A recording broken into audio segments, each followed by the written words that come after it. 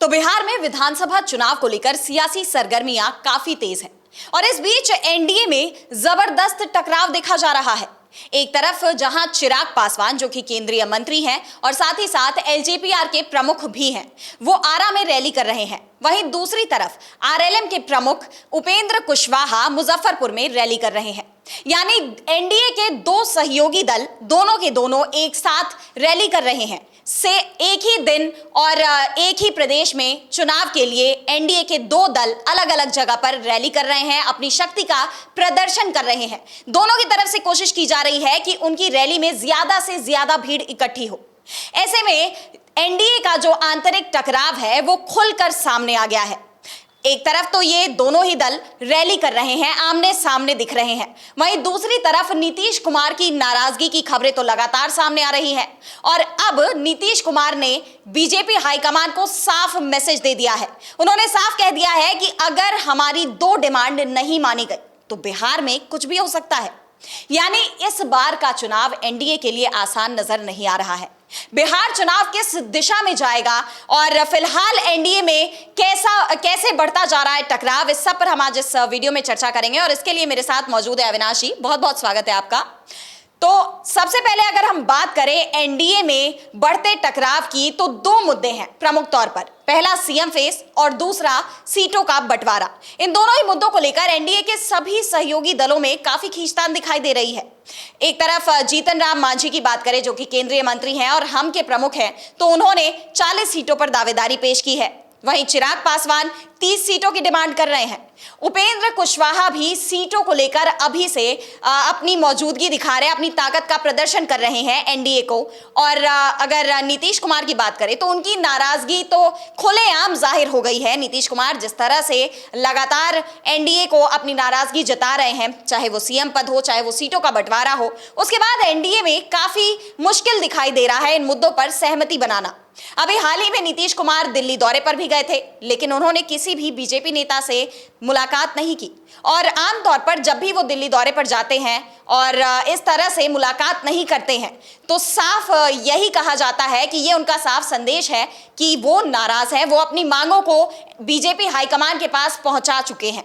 वो संदेश दे चुके हैं कि उनकी मांगे क्या हैं। जैसे कि एनडीए में सीट बंटवारे को लेकर अविनाश जी चर्चा चल रही है कि नीतीश कुमार जो 2020 का फॉर्मूला था उस पर ही सीटों का बंटवारा चाहते हैं, लेकिन बीजेपी को ये मंजूर नहीं है। और मीडिया सूत्रों के हवाले से खबर ये आ रही है कि फिलहाल जो बीजेपी जिस फॉर्मूले पर सहमति बना रही है वो है बिहार की 243 विधानसभा सीटों में जेडीयू को 102 से 103 सीटों पर और बीजेपी 101 से 102 सीटों पर चुनाव लड़ सकती है। और बाकी बची करीब 40 सीटें लोक जनशक्ति पार्टी, रामविलास, हिंदुस्तान अवाम मोर्चा और राष्ट्रीय लोक मोर्चा को दी जाएंगी। लेकिन नीतीश कुमार इस फॉर्मूले से सहमत नहीं है। वो 2020 के ही फॉर्मूले पर जाना चाहते हैं। 2020 के विधानसभा चुनाव की अगर बात करें तो उस दौरान 2020 में भाजपा को 121 और जेडीयू को 122 सीटें मिली थी। भाजपा ने अपने कोटे से 11 सीटें उस वक्त की सहयोगी विकासशील इंसान पार्टी को दी थी, जो कि फिलहाल एनडीए की सहयोगी नहीं है। वहीं जेडीयू कोटे से 7 सीटें हिंदुस्तानी अवाम मोर्चा को मिली थी। अब ऐसे में नीतीश कुमार की ये डिमांड और बीजेपी का ये नया फॉर्मूला, इन दोनों के बीच टकराव देखा जा रहा है। कैसे नीतीश की ये नाराजगी बीजेपी के लिए मुश्किल बन सकती है? आखिर नीतीश की ये मांग बीजेपी के लिए असहज क्यों है? आपको क्या लगता है अविनाश जी? सबसे पहले तो सीएम फेस का ही मामला है। जेडीयू और नीतीश कुमार की तरफ से लगातार बीजेपी पर प्रेशर बनाया जा रहा है कि सीएम उम्मीदवार की घोषणा कर दी जाए। दूसरा, बीजेपी शुरुआत से ही महाराष्ट्र जो मॉडल उनका सामने आया है, पिछले जो साल महाराष्ट्र में चुनाव हुआ था, वो उसी मॉडल को सामने रखते हुए चुनाव लड़ना चाहते हैं कि जो पार्टी ज़्यादा सीटें जीत कर आए सीएम उसका बन जाए। जेडीयू इसके लिए तैयार नहीं है। बीजेपी चाहती है कि 2020 में जो उससे गलती हो गई थी, 2020 में बीजेपी ने नीतीश कुमार को सीएम उम्मीदवार घोषित कर दिया था और जब चुनाव परिणाम आए तो पता चला कि जो जेडीयू है उसकी सीटें तो 42-43 रह गई हैं।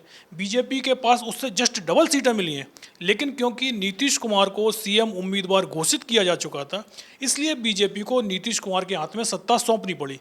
इस बार बीजेपी वो गलती नहीं करना चाहती और नीतीश कुमार को भी इस चीज़ का पता है कि इस बार अगर उनको सीएम फेस घोषित नहीं किया गया तो फिर बीजेपी 2020 वाला गेम फिर खेलेगी जेडीयू उम्मीदवारों के खिलाफ अपने ही कोई संगी साथी जो होगा उसको बागी बना दिया जाएगा और अपने उम्मीदवार उतार दिए जाएंगे। 2020 में चिराग पासवान सिर्फ मुखौटा थे। चिराग पासवान की पार्टी से चुनाव लड़ने वाले अधिकतर लोग वही लोग थे जो बीजेपी से टिकट मांग रहे थे, और ऐसा ही 2025 में भी हो सकता है। इसीलिए नीतीश कुमार चाहते हैं कि सबसे पहली बात तो ये कि उनको सीएम उम्मीदवार घोषित किया जाए, जैसा 2020 में घोषित किया गया था। और दूसरी बात ये है कि जो सीट बंटवारा लोकसभा में हुआ है, जो 2020 में जो सीट बंटवारा हुआ था, उसी तरीके से हो, बीजेपी और जेडीयू के बीच में सीटें बांट दी जाएं, और उसके बाद जो सहयोगी दल हैं वो अपने अपने हिस्से से, जेडीयू और बीजेपी दोनों, उनको सीटें दे दे। जेडीयू अपने हिस्से से जीतन राम मांझी, पिछली बार भी मांझी को सीट दी थी, और उपेंद्र कुशवाहा, क्योंकि ये दोनों जो नेता हैं ये जेडीयू से ही बाहर निकले हैं। तो नीतीश कुमार चाहते हैं कि जो हमारी पार्टी से बाहर गया है उसने अपनी अलग पार्टी बना ली है, तो उसको हम अपने कोटे से सीटें दे देते हैं, और दूसरी तरफ जो चिराग पासवान है उनको बीजेपी अपने कोटे से सीट दे दे। तो क्योंकि जो 2020 का फॉर्मूला था उसमें 122 सीटें जेडीयू के हिस्से में आनी है, और जेडीयू उनमें से 12 से 13 सीटों के अंदर इन दोनों दलों को समेट देगा। कोशिश यही है नीतीश कुमार की कम से कम 110 सीटों पर चुनाव लड़ा जाए। दूसरी तरफ बीजेपी की दिक्कत ये है कि अगर वो अपने कोटे से चिराग पासवान को सीट देती है तो चिराग पासवान किसी भी कीमत पर 30 से कम सीटों पर मानने को तैयार नहीं है। ऐसे में बीजेपी के पास में ज़्यादा से ज़्यादा 90 या 95 सीटें बची रह जाएंगी। तो फिर जो महाराष्ट्र जैसा परिणाम आया, वैसे परिणाम आ भी गए, यानी कि जो एनडीए 80 से 90% सीटें भी जीत गया, तब भी बीजेपी अपना सीएम नहीं बना पाएगी। और यही बीजेपी की दुविधा है कि अगर नीतीश कुमार की एक भी डिमांड मान ली जाती है, चाहे सीएम फेस वाला मुद्दा हो या फिर सीटों के बंटवारे वाला मुद्दा हो, तो फिर महाराष्ट्र मॉडल बीजेपी का बिहार में फेल हो जाएगा। और इसके चलते बीजेपी की जो रणनीति है कि ज़्यादा से ज़्यादा समय तक इस मुद्दे को टाला जाए। और दूसरी तरफ अब नीतीश कुमार ने भी साफ कर दिया है कि अब जो भी फैसला होना है वो इसी महीने होना है, और ऐसे में सबकी नज़रें इस समय प्रधानमंत्री के जो बिहार का दौरा होना है 20 तारीख को, उस पर टिकी हुई है। 20 तारीख को प्रधानमंत्री सीवान पहुंचेंगे, और अगर नीतीश कुमार को सीएम उम्मीदवार घोषित नहीं किया तो मान के चलिएगा कि जो धमकी नीतीश कुमार अभी दे रहे हैं, अपने सहयोगियों के जरिए पहुंचा रहे हैं, वो बात बिहार में आपको साफ साफ दिखाई भी देने लगेगी। जी बिल्कुल, यानी बिहार की सियासत में बहुत कुछ हो सकता है आने वाले वक्त में, और ये सब कुछ बीजेपी के एक फैसले पर निर्भर करता है कि आखिरकार वो नीतीश कुमार को सीएम फेस घोषित करेगी या नहीं। बीजेपी नीतीश की मांग मानने को फिलहाल तैयार नहीं दिख रही है, और इसीलिए बीजेपी और जेडीयू के बीच का तनाव बढ़ता जा रहा है। और ये साफ तब भी दिखाई दिया जब अभी नीतीश कुमार हाल में दिल्ली दौरे पर गए थे, जहां उन्होंने बीजेपी के किसी भी नेता से मुलाकात नहीं की। और अब खबर आ रही है कि जो प्रस्तावित दौरा था अमित शाह का बिहार का, वो भी रद्द कर दिया गया है।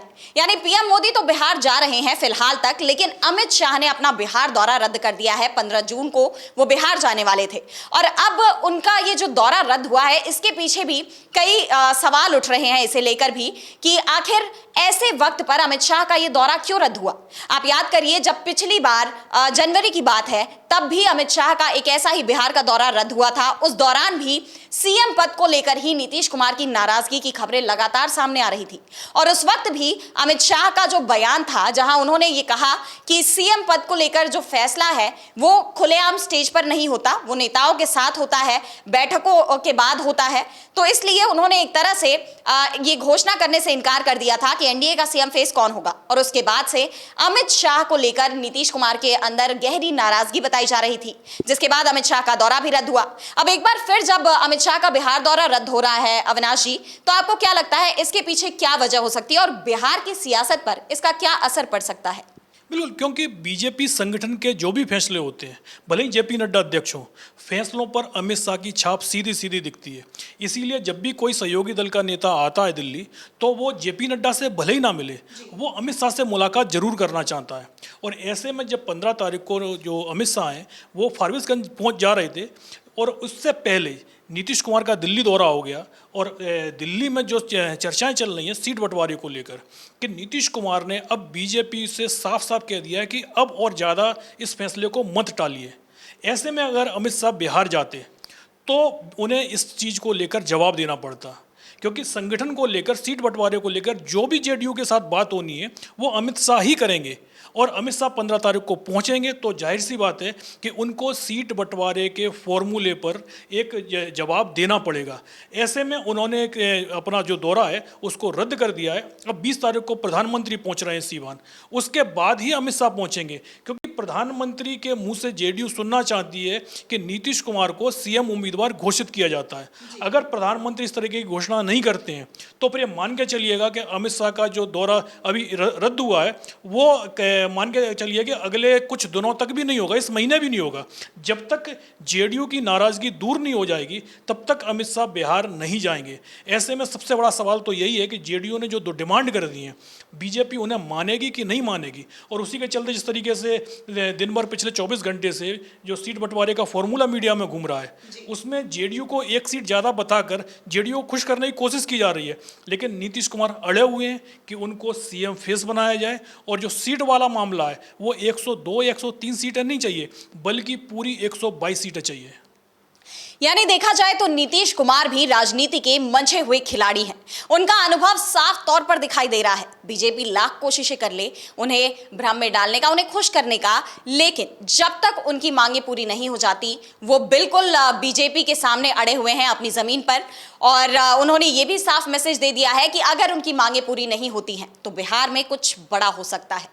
इन सब पर हमारी नजरें रहेंगी। एनडीए में सीट बंटवारे से लेकर सीएम फेस तक क्या कुछ होती हैं चर्चाएं, क्या फैसला होता है बीजेपी हाईकमान का, इन सब से हम आपको रूबरू करवाते रहेंगे। लेकिन फिलहाल के लिए आज इस वीडियो में इतना ही। बहुत बहुत धन्यवाद आपका विनाश जी सभी जानकारियों के लिए, और बहुत बहुत धन्यवाद हमारे तमाम दर्शकों का भी। बाकी खबरों के लिए बने रहिए डीबी लाइव के साथ और हमें दीजिए इजाजत। नमस्कार।